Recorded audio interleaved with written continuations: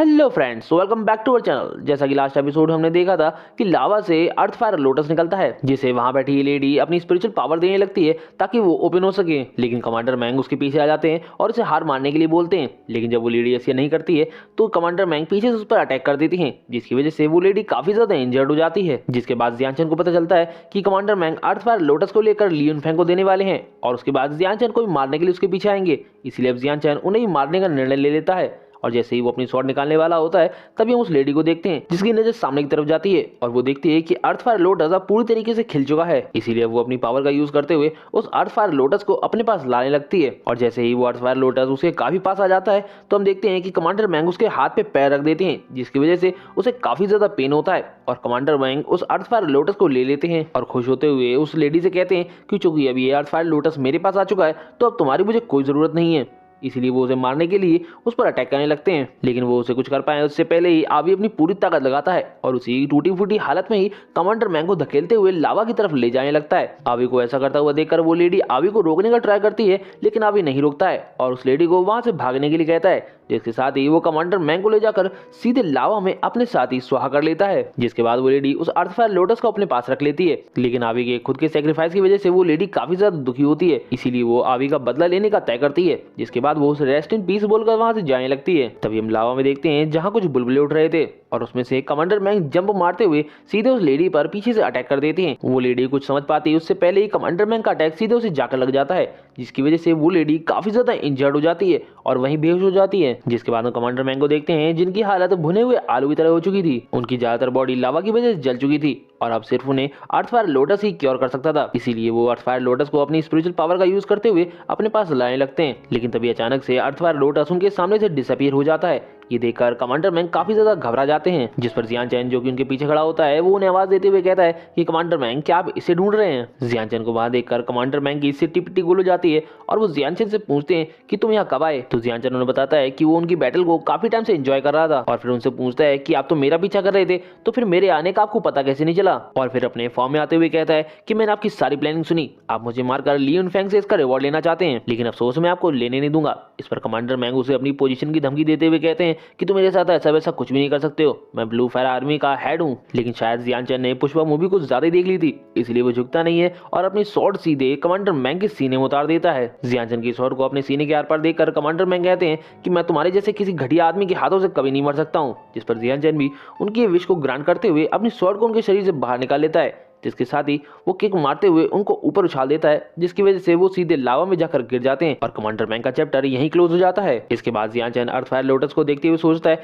कि इस बार ज्यादा मेहनत नहीं करनी पड़ी और मुझे इतना प्रीशियस लोटस भी मिल गया। तभी जियांचन की नजर उस लेडी पर पड़ती है जिसे कमांडर मैंग ने इंजर्ड कर दिया था, जिसे देखकर जियांचन सोचता है कि उसे इस लेडी के साथ क्या करना चाहिए, लेकिन वो इस समय उसे यहाँ से बाहर ले जाने का सोचता है। इसीलिए उसे लेकर बाहर आ जाता है और एक सेफ प्लेस पर लेटा देता है। जियांचन जानता था कि इस लेडी के बिना उसे ये अर्थ फायर लोटस कभी भी नहीं मिल सकता था और अब वो मर रही है तो वो उसे अकेला भी नहीं छोड़ सकता है। इसीलिए वो उस अर्थ फायर लोटस की एक बीज को निकालकर उसके मुंह में डाल देता है और मुंह में जाते ही वो सीड उस लेडी को क्योर करना स्टार्ट कर देती है। जिसके बाद जियांचन भी अर्थ फायर लोटस की सीड का टेस्ट चेक करने के लिए उसमें से एक सीड खा लेता है, लेकिन सीड का इफेक्ट स्ट्रॉन्ग होने की वजह से जियांचन को फील होने लगता है कि मानो उसे किसी बड़े से सांप ने जकड़ लिया हो। इसलिए जियांचन वहां बैठकर उस एनर्जी को कंडेंस करने लगता है, लेकिन अगर किसी ने भी उसे डिस्टर्ब किया तो शायद उसके लिए काफी ज्यादा मुश्किल होने वाला था। लेकिन शायद जियांचन की किस्मत आज कुछ ज्यादा ही मेहरबान थी, क्योंकि जैसे ही जियांचन ध्यान लगाता है तभी वो लेडी उठ जाती है और सीधे जियांचन के पीछे आती है और उसके चेहरे को टच करने लगती है। जिस पर जियांचन उसे ऐसा करने से मना करता है तो वो कहती है कि मुझे बहुत ज्यादा भयानक फील हो रहा है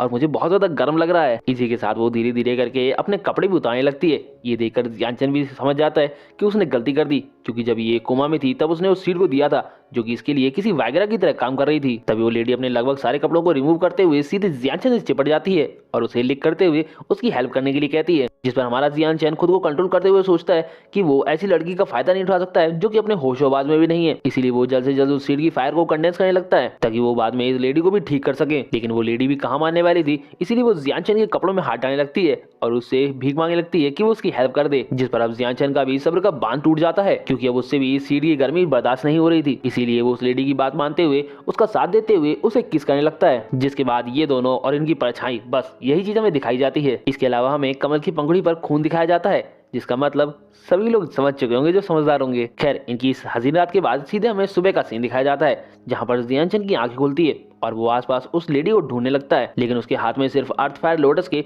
3 सीड्स लगते हैं और उस लेडी का अंगवस्त्र लगता है। उस अंगवस्त्र को देखने के बाद जियांग के दिमाग में सारी कैसेट दोबारा से चल जाती है, इसीलिए वो उस लेडी को अपना बनाने का डिसाइड कर लेता है और उस जगह से निकलते हुए सोचता है कि तुम जहां भी हो और जहां गई हो मैं तुम्हें हर हालत में ढूंढ कर रहूंगा। जिससे हमें पता चलता है कि जियांग कभी किसी का फायदा उठाने वालों में से नहीं है, वो एक सच्चा मर्द है। जिसके बाद जियांग वहां से फ्लाई करते हुए चला जाता है। वहीं जियांग के जाते हुए हम वहां पर उसी लेडी को देखते हैं जो कि छुपकर जियांग को देख रही थी, और अब इस लेडी का नाम हमें लुओ जी ही पता लगता है, जो कि खुद से सवाल कर रही थी कि वो वूज़ो को मारने का मन क्यों नहीं बना पा रही है, लेकिन उसको खुद से कोई जवाब नहीं मिलता है। तो उसकी आंखों में आंसू आ जाते हैं, जिसके बाद वो उन आंसुओं को लेकर वहां से जाने लगती है और यही सोचती है कि शायद वो इस लड़के के साथ उसका पहला और आखिरी बार मिलना था। इन दोनों का एक दूसरे से दूर जाना मानो ऐसा लग रहा था कि जैसे दो प्रेम के पंछी पास में होकर भी एक दूसरे से दूर हैं और लगातार दूर ही जा रहे हैं। जिसके बाद ये सीन यही कट हो जाता है। अगले सीन में हम माउंटेन्स के बीच एक फॉरेस्ट को देखते हैं जहां से जियांग कहीं और ही जा रहा था, क्योंकि उसने एक एक करके ये फिक्सी चैंटियन ही कमांडर मैंग को मार दिया था, और अगर अभी वो ब्लू फायर आर्मी में वापस गया तो लियू फैमिली और चैन फैमिली उसे मारने के लिए पूरी ताकत से हमला कर देगी। इसीलिए वो अभी किसी सेफ जगह पर जाकर कल्टीवेशन करने का डिसाइड करता है, ताकि वो बाद में सीधे कंपटीशन को जाकर जीत ले और हॉटी इंसेक्ट को ज्वाइन कर ले, जिससे ब्लू फायर आर्मी का कोई भी जनरल उसे टच भी नहीं कर पाएगा। अब चलते चलते जियांग एक टी स्टॉल के पास आ जाता है जहां पर कुछ गांव के लोग बैठकर पानी न बरसने के ऊपर चर्चा कर रहे थे। वहीं पर हम एक ओल्ड मैन को देखते हैं जो कि टी स्टॉल का मालिक होता है, और वो जियांग को देखकर उसके पास जाता है और उसे बड़ी ही आदरपूर्वक उसे आने के लिए कहता है और उसे पूछता है कि आप ठंडा लेंगे या गर्म लेंगे। जिस पर जियांग मनी में सोचता है कि आखिर ऐसी बीहड़ जगह में ये टी स्टॉल क्या कर रहा है, लेकिन फिर वो मुस्कुराते हुए उस आदमी को रुपए देता है और चाय और केक लाने के लिए कहता है और फिर सीट पर बैठने के लिए चला जाता है। लेकिन हम इस ओल्ड मैन को देखते हैं जो कि किसी भी एंगल से ठीक नहीं लग रहा था। अब जियांग जिस सीट पर बैठा होता है उसके सामने ही वो गाँव वाले बैठे थे जो कि पानी न बरसने के बारे में बात कर रहे थे। उन्हें देखकर जियांग सोचता है कि इन फार्मर के साथ कुछ तो गड़बड़ है, क्योंकि एक फार्मर होने के बावजूद भी इन लोगों की स्किन जियांग से ज्यादा गोरी थी, और इनके हाथों को भी देखकर साफ समझ में आ रहा था कि इन लोगों ने जितना फावड़ा नहीं चलाया है उससे ज्यादा शॉर्ट स्किल्स सीखी हैं। इसके अलावा टेबल के नीचे रखे उनके वेपन्स भी जियांग को दिख रहे थे। इसीलिए अब जियांग मन ही मन खुद से कहता है कि ये लोग मेरे डिवेंडन वाले स्टूडेंट गॉड ऑफ किलिंग से भी ज्यादा घटिया हैं। इन लोगों ने किलर्स के नाम को कलंकित किया है। इसी के साथ ये एपिसोड यहीं खत्म हो जाता है। वेल गाइस, अगर आपको ये एपिसोड पसंद आया हो तो प्लीज यार एक लाइक कर देना और कमेंट जरूर कर देना, और काफी ज्यादा लोगों ने हमारे चैनल को सब्सक्राइब भी नहीं किया है तो प्लीज हमारे चैनल को सब्सक्राइब कर लें, क्योंकि जब आप सब्सक्राइब करते हैं तो हमें काफी सपोर्ट मिलता है। इसके अलावा आप लोग बार बार मुझसे पूछते हैं कि मैं रेगुलर वीडियो अपलोड क्यों नहीं करता हूँ, या फिर मैं एक दिन में कई सारी वीडियोस क्यों नहीं डालता हूँ, तो मैं आपको फिर से बता दूं कि मेरे पास और भी काम होते हैं, जिसमें से मेरे कॉलेज और घर के दोनों होते हैं। इसके अलावा जब यहाँ फंक्शंस होते हैं जिसमें मैरिजेस कथा वगैरह होती हैं तो उनमें काफ़ी ज़्यादा साउंड प्रोड्यूस होता है, जिसकी वजह से मैं वीडियो सही से रिकॉर्ड नहीं कर पाता हूँ और आपको दे नहीं पाता हूँ। तो आई होप आप लोग समझ चुके होंगे कि मैं रेगुलरली वीडियो अपलोड क्यों नहीं कर पाता हूँ। तो अब मिलते हैं नेक्स्ट एपिसोड में, तब तक के लिए bye bye, thanks for watching.